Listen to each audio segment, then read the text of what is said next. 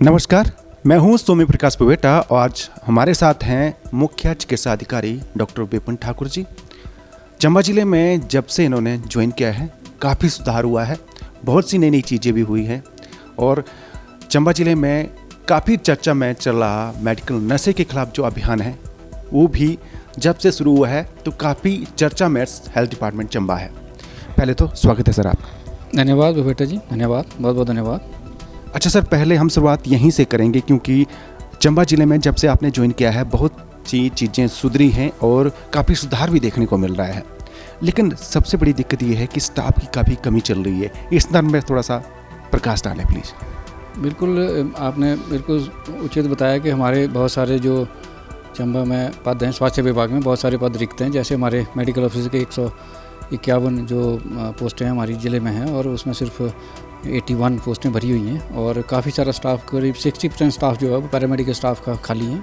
इसके बारे में समय समय पर हम सरकार को, विभाग को अवगत कराते रहते हैं और आने वाले समय में मुझे उम्मीद है कि ये पोस्टें भरी जाएंगी। अच्छा सर, अभी एक नया उद्घाटन हुआ था CSR के तहत, एक नई मशीन आई, एक्सरे मशीन, और वो घर घर जाकर वो एक्सरे लिया जाएगा, तो इस अभियान के बारे में भी थोड़ा सा जानकारी दें सर। देखिए, टीबी मुक्त जो भारत है उसके अभियान के तहत अभी 100 डेज़ का टीबी का कैंपेन चला है, जो कि 7 दिसंबर से जो इसकी लॉन्चिंग हुई है राष्ट्रीय स्तर पे, और ये अभियान जो है हमारा 24 मार्च तक चलेगा।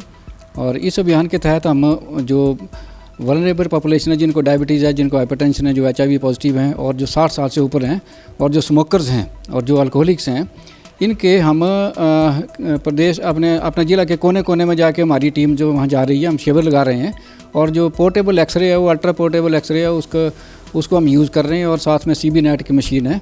और 100 दिन तक चलने वाले इस अभियान में मुझे लगता है कि हमारे इलाके को बहुत फ़ायदा होगा, हमारे डिस्ट्रिक्ट को बहुत फ़ायदा होगा और बहुत सारे केस जैसे आप देखते हैं कि डिटेक्ट भी हो रहे हैं। अभी पिछले 5-7 दिनों में हमने करीब 10 केस डिटेक्ट किए हैं और करीब 1000 लोगों के एक्सरे हमने कर दिए हैं। तो इस मशीन का हमें बहुत फ़ायदा है और जो अभियान है ये हमारा अभी प्रीमेच्योर है, काफ़ी दिन लगेंगे इसमें, 100 दिन में काफ़ी कुछ हम कर पाएंगे।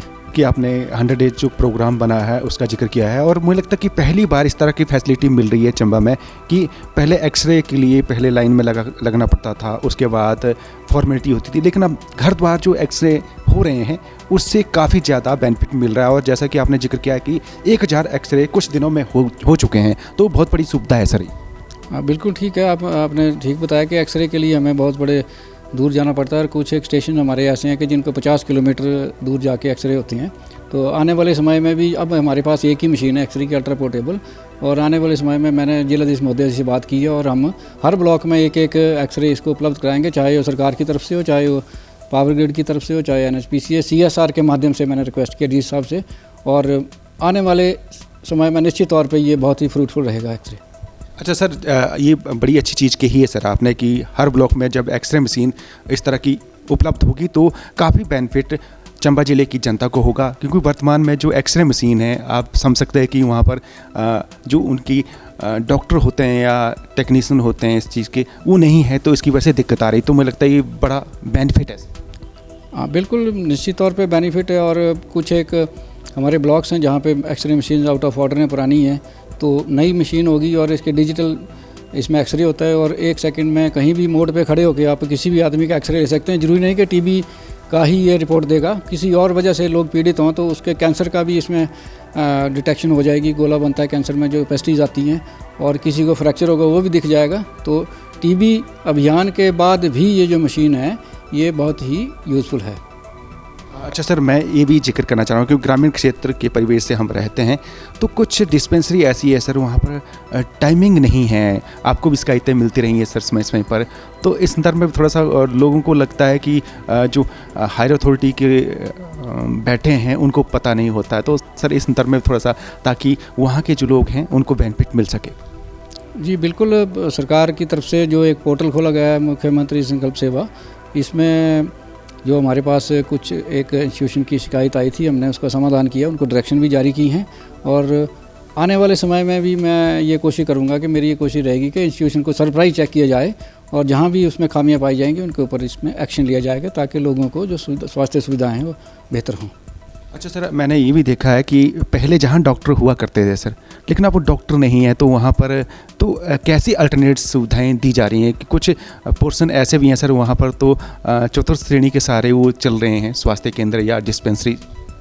देखिए इस हमारे ज़िला चंबा में इस 46 जो है PSCs हैं और इसमें करीब 11 PSC जो हैं वहाँ पे डॉक्टर्स नहीं हैं, लेकिन फार्मासिस्ट या कोई अल्टरनेट तरीके से हम उनको चला रहे हैं। PSC बाथरी में पीछे कोई डॉक्टर नहीं थे तो हमने सिविल हॉस्पिटल ड्रॉजी से डेपुटेशन पे डॉक्टर भेजे हैं। तो ऐसा नहीं है कि सिर्फ इंस्टीट्यूशन में हेल्थ का कोई वर्कर नहीं है, फार्मासिस्ट नहीं है तो MPW है, डॉक्टर है तो फार्मासिस्ट नहीं है, तो कोई एक मतलब हेल्थ का आदमी है वहाँ पे जो हमें सेवाएं दे रहा है लोगों को। अच्छा, लोगों की सेवाएं प्रभावित ना हो इसलिए फैसिलिटी दी जा रही है। हाँ बिल्कुल बिल्कुल, हमारी तरफ से कोई भी ऐसा इंस्टीट्यूशन नहीं है जिसमें ताला लगा और कोई नहीं है। जो भी प्राइमरी हेल्थ सेंटर है उसमें खाली भी हैं तो फार्मासिस्ट चला रहा है उनको, या कोई स्टाफ नर्स, कोई MPW चला रहा है। अच्छा सर, चंबा में मेडिकल नशे पर जिस तरह से शिकंजा कसा गया है, वो अभियान जो है काफ़ी चर्चा में रहा है, और जिस तरह से ये अभियान चला है कुछ ने अप्रिशिएट किया है और कईयों को नाराज़गी भी दिखी है। तो इस संदर्भ में थोड़ा सा मैं ये जानना भी चाह रहा हूँ, क्योंकि ऐसा लग रहा था कि ये जो पॉलिटिकल मोटिव के तौर पर ये प्रोग्राम हो रहा है, लोग चर्चा करते हैं, लेकिन मुझे लगता है कि जब मेडिकल नशे की बात आती है तो मुझे लगता है सभी के बच्चे हैं, तो इसलिए इस नशे पर शिकंजा कसने के लिए ये अभियान ज़रूरी था। तो इस संदर्भ में ज़रूर अपनी राय दें। देखिए जो दवा नियंत्रक जो ड्रग इंस्पेक्टर हैं वो हमारे ऑफिस में है, और उन्होंने जो अपना काम किया है इंडिपेंडेंटली, मैंने उनको इंटरफेयर नहीं किया है, और उन्होंने कुछ एक्शन लिए हैं और जो भी कानूनी कार्रवाई की है, कुछ चली हुई है, कुछ कर रहे हैं वो। और मैं तो इतना ही कहूँगा कि किसी भी कार्य में मैंने इंटरफेयर नहीं किया, और जो भी अब आने वाले इसके समय में इसके रिज़ल्ट्स हैं वो अच्छे ही होंगे, और इसको दूसरे तरीके से ना लें। हमारा जो युवा पीढ़ी है जो इसमें नशे से बच जाएंगे। और जो आपने एक पॉलिटिकल मोटिव बताया, मुझे नहीं लगता कि इसमें कोई किसी भी तरह की राजनीति है और होगी, मुझे नहीं लगता, क्योंकि सबके बच्चे हैं। और हाँ, एक बात और है कि जो इसमें मरीजों को ज़रूर परेशानी कुछ एक मरीजों को परेशानी आई है, तो मैं भी मेरे जो ये बात है मेरे संज्ञान में है, और मैं इसको देखूंगा कि जो मरीजों को परेशानी ना हो, दुकानें बिल्कुल बंद ना हो, और जो मेडिसिन जो पहले से खा रहे थे वो भी उनको उपलब्ध हो। इसको मैं ड्रग इंस्पेक्टर को बुला के इसके ऊपर ध्यान देंगे हम। अच्छा सर, एंड में मैं ये भी पूछना चाहूँगा, क्योंकि लोग कहते हैं कि बड़ी मछलियों पर हाथ नहीं डाला जा रहा था, ये टीम जो कार्रवाई कर रही थी, तो इसको लेकर भी चर्चा रहती है, तो मुझे लगता है कि ये भी इस संदर्भ में भी स्पष्ट जवाब मिलना चाहिए।